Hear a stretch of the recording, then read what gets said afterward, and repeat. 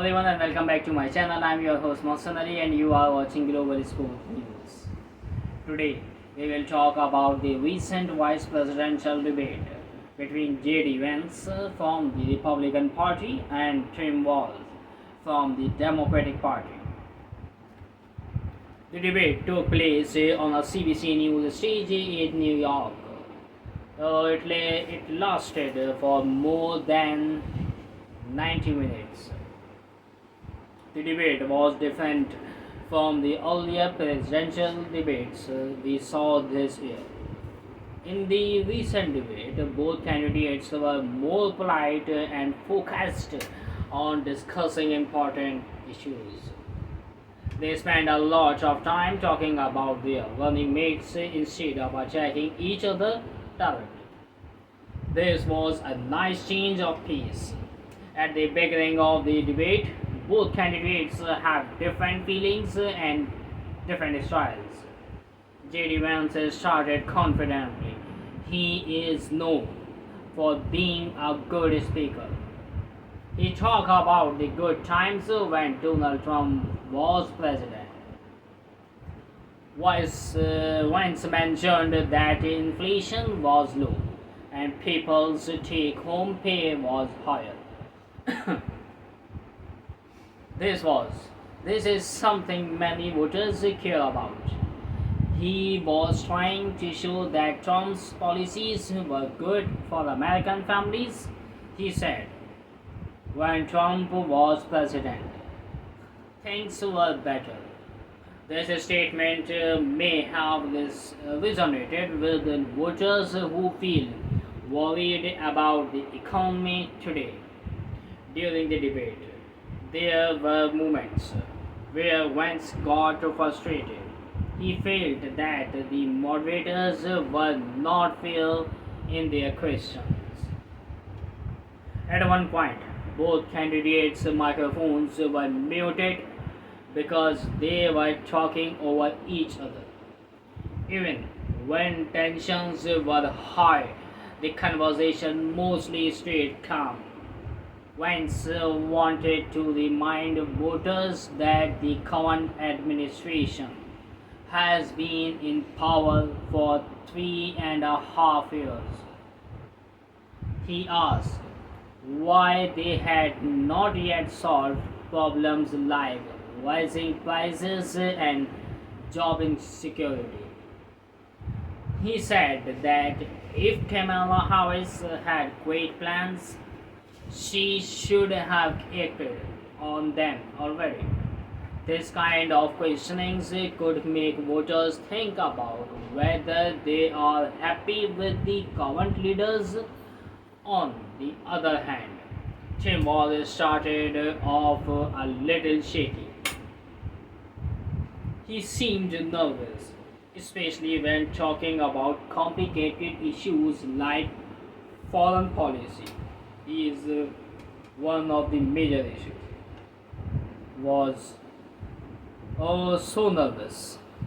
He was asked about a recent missile attack by Iran on Israel. Walz is not used to discussing foreign affairs and it showed. However, as the debate went on, he became more comfortable. He did well when discussing immigration. He emphasized that while it's essential to secure the borders, we must treat people humanly. Was pointed out that when Vance spreads false information about immigrants, it can make people view them negatively. This can be harmful to society. There were times when both candidates agreed on a specific issue. For example, they both expressed the need to keep communities safe. When Wells shares a story about his son witnessing a shooting, it created a moment of connection. When showed genuine concerns for Walz's sons and said, I am sorry about that and I hope he is doing okay. This shows that even in politics, human emotions can connect people regardless of their party affiliations. However, the debates had its heated moments, especially when they discussed Trump's claims about the 2020 election being stolen. When asked if he believed Trump lost the election, Vance avoided the question, was jumped in, criticizing Vance for not giving a straightforward answer. He said, to deny what happening on Jan 6 is tearing our country apart. This statement highlights the ongoing divisions in American politics. It shows how different parties view in the same events in very different ways. Vance's performance was strong overall. His smooth way of speaking and clear messaging might help him gain support from undecided voters. Many people might appreciate his focus on economic issues and how he linked them to Trump's presidency. He presented himself as someone who could bring conservative values to the forefront while appearing friendly and approachable. Whereas, while he may not have been as polished in his delivery, showed a caring and compassionate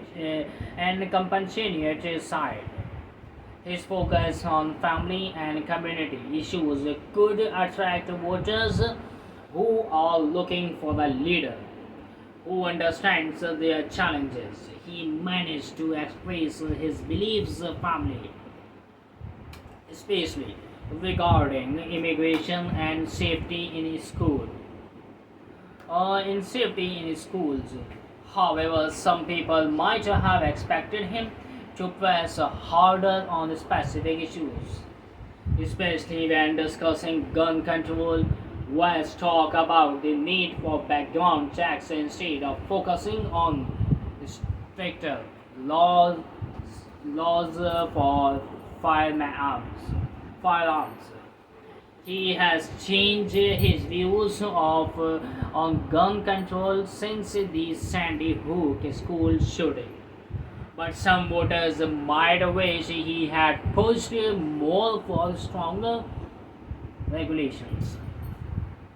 Overall, the debate was a critical moment for both candidates, while Vance seemed more confident and comfortable.